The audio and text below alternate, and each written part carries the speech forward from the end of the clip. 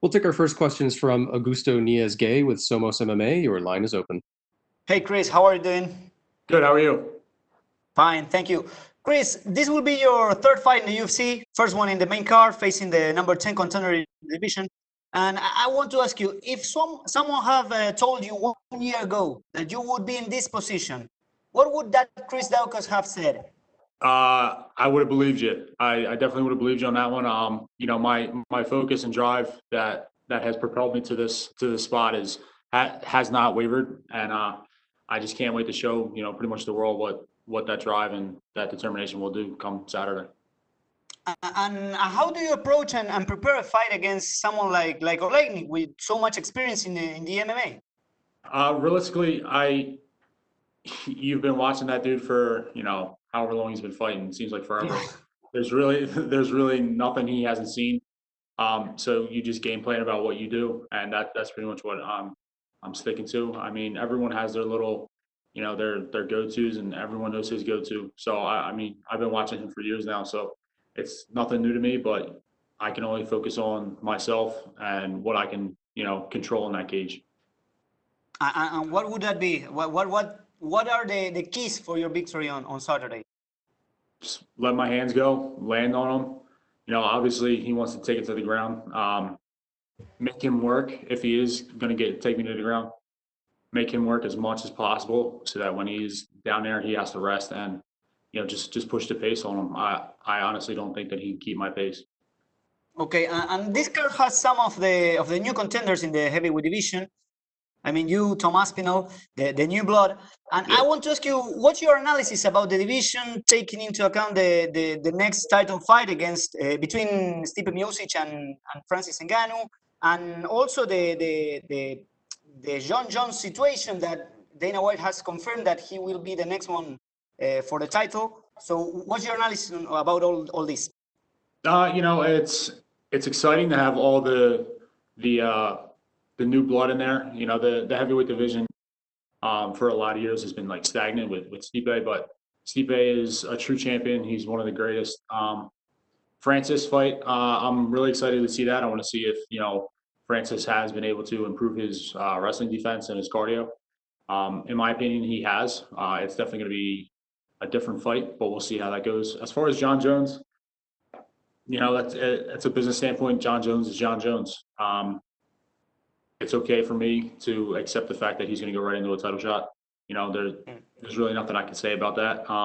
Only thing I can do is just continue to work, beat these high level guys and just prove that I should be in there with those guys. And that's what I plan to do. I'm really excited to see, the other heavyweights that are on the card, just to see how the whole landscape of the heavyweight division, unfolds within the next couple of months, because a lot of us have fights scheduled. So it's going to be super exciting for for the whole division. Yeah, for sure. And Chris, who do you think will win the fight between Stipe and Ngannou? I'm going to go with Stipe. I think Stipe gets out that win. Whether it's a late fight, finish, or he just goes the full 5 rounds again and decision. So. Okay, and my last one, Chris. Where do you think are you going to be 1 year from now? Taking into account what the first question, 1 year ago you were outside the UFC. Where do you see yourself in 1 year? 1 year from now, I will be the number 1 or number 2 contender in this division. Simple as that. Awesome. Thank you very much, Chris, and good luck on Saturday. Thank you. We'll go next to Gabriel Gonzalez with Cageside Press. Your line is open. Hey, Chris, how are you? Good, how are you? I'm doing very well, thank you. My first question, when you're up against just this, the veteran of veterans in Aleksei, where do you even begin in terms of watching film and breaking him down? Because there's obviously so much out there. Realistically, any opponent that I face, it's their most recent fights, just because that's what their tendencies are going to be. There's no reason for me to go back, 10 years ago to watch Aleksei and what he was doing then. I mean, the level of competition and the amount of skill set that us as mixed martial artists have that can jump from fight to fight is astronomical. So realistically, we're just looking at his most recent fights and seeing what he did well, seeing what he did bad, and we're just looking to game plan off that. You know, he's one of those few guys, you know, this isn't pro wrestling, but he's one of the few guys to have a quote unquote signature move with Yep. that, you know, the Ezekiel choke. Out of Yep. curiosity, when you signed to fight him, do you sit with your jiu-jitsu coach and just like, hey man, can you just talk me through this so we don't get added to that reel?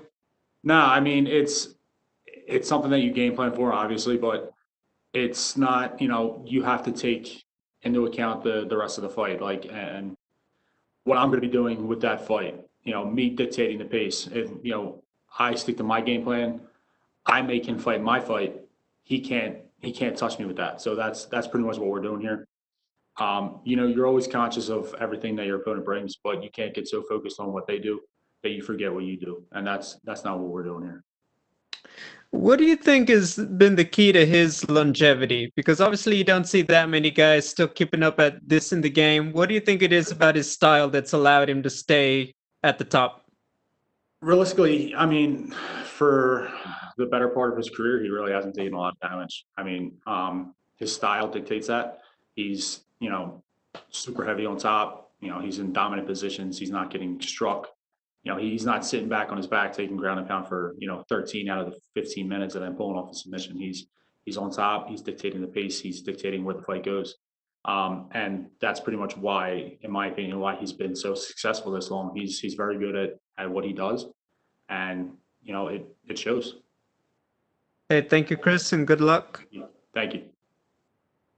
We'll go next to Damon Martin with MMAfighting.com. Your line is open.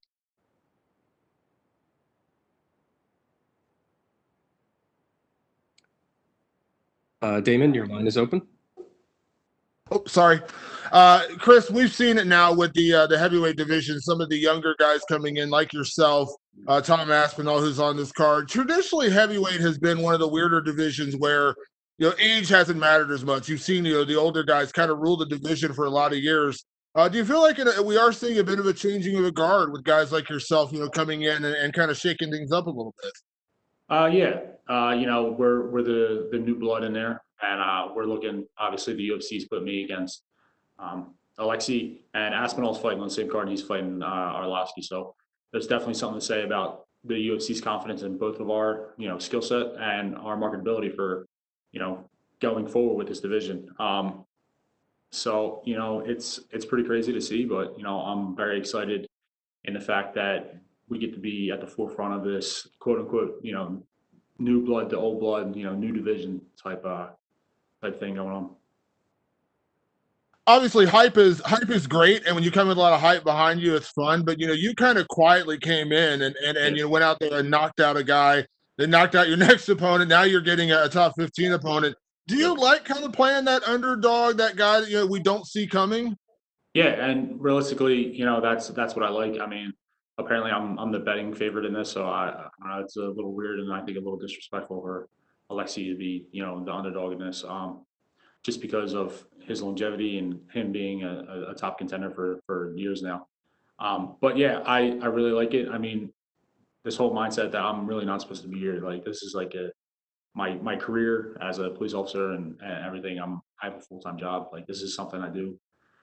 This is something that I've been working on for years to become my full-time career, and I can't wait for that to take off coming soon. So, it's people don't expect me to be here, and I'm fine with that because I'm just going to keep proving them wrong and that I should be here. Has it been hard for you to balance that in terms of your career outside the cage? I think you just said that you hope to eventually transition to become a full-time fighter. Is that right? Yeah, correct. The transition is, hopefully will be coming soon. But my wife is awesome with everything that she does. She takes care of everything at home. I couldn't ask for a better person to be on this journey with. I realistically I go to work, I do my 8 hours, and then I go right to the gym.